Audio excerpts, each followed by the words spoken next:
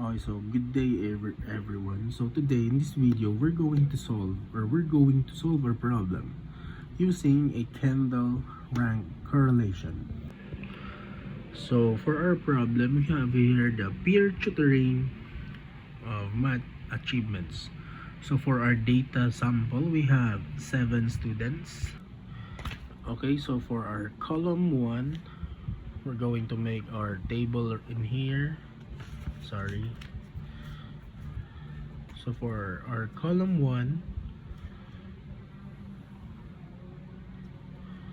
we're going to write here the students.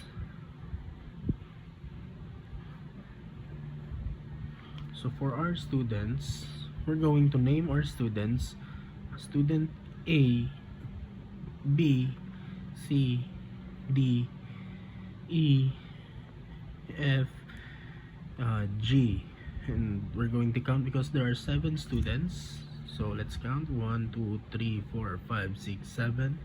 So we're going to name our 7 students A to G. So for our second column, we're going to write here the we're going to write the tutoring hours rank, or our X. And for our third column, we're going to write our third column. We have here our unit test rank, or our Y. So after that, I'm going to make a line so that we will not be confused. So again, put lines until it is fully finished. Alright, so I'm sorry for the lines, but let's continue. So for our X in our student A, we have 1, and for the Y we have 3. For student B, our X is 2, and for our Y is also 2. For our C, we have here our X is 3. Alright, so our X is 3 and our Y is 1. So for our student D, our X is 4 and our Y also is 4. So for our student E, our X is 5, and for our Y is 7. So for our student F, right here, student F, our X is 6, and for our Y is 5. I'm sorry, I forgot to make a line in student G. So for our student G, our X is 7, and our Y is 6. So for our next step is we're going to compare the ranks of each students. So for our first step, let's put here our first step right here. For our first step is we're going to compare student A to rank 3 with others. Now let's have our student A and B. So the rank of our student A is 3, and for our student B is 2, and 3 is greater than 2. So if we compare their ranks, for example, this one, 3 is greater than 2. So if we compare a rank that is greater than, it is called discordant or discordant.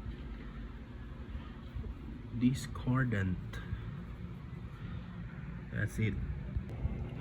And if the number that we compare is less than, it is called concordant or concordant. So we'll have our example later on. Now another is A compare with C, and for the rank of our A, which is basically 3, And for the rank of our C is 1, so it is discordant. Next is we're going to compare A and D. Now, in this step, RA is 3 and 3 is less than 4. So as I've said earlier, that if we compare numbers or number that is less than to other rank, it is called concordant.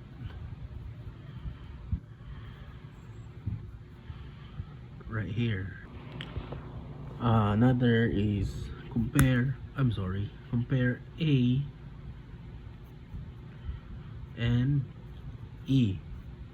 So again, 3 is also less than 7, so it is concordant. A compared to F is also still the same. 3 less than 5 is also concordant. And lastly, compare A and G. So still 3 is less than 6, so it is still a concordant. Now for our second step is we're going to compare B with other students. So in this part, I'm going to show some pictures, and you're going to pause it, because if we use this kind of method, this kind of steps, our video will make long. So what I'm going to do is I'm going to show some pictures so that our video is not that much long.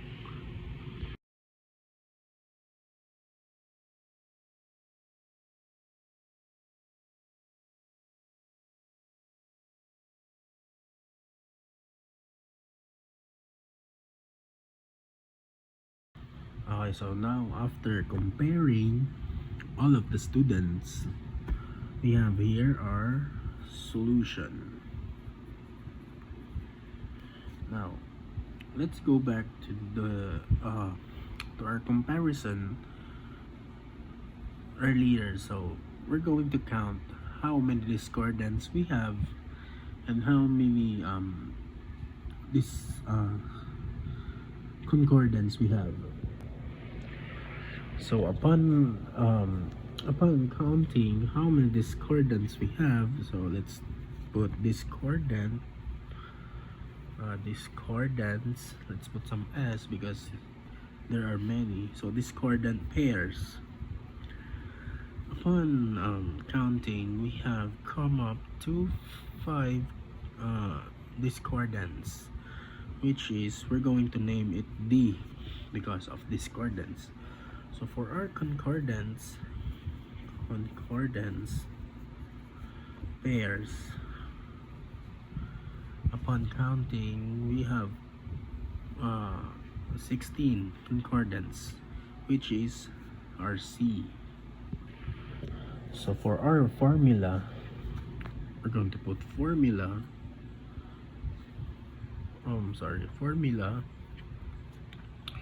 For our formula, we have 1/2 n times n minus 1, where n is the number of students or our sample. So we have here 1/2 times our students or our sample is 7 times 7 minus 1.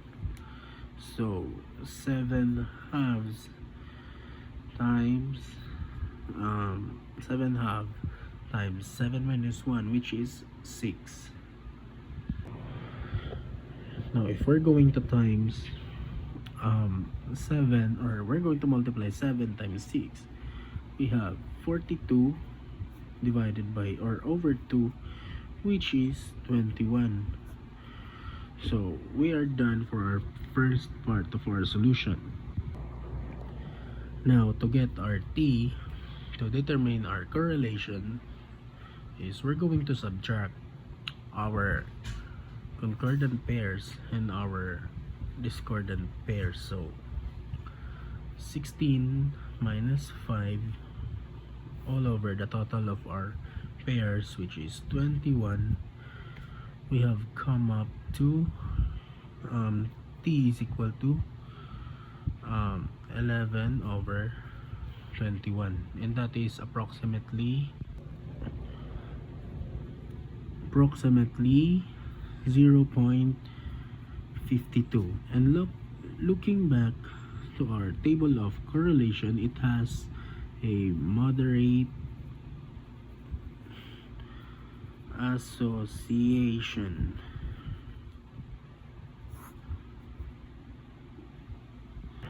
So that is how we were going to compute our Kendall rank correlation. So I hope you learned something in this video. Thank you and see you in the next video.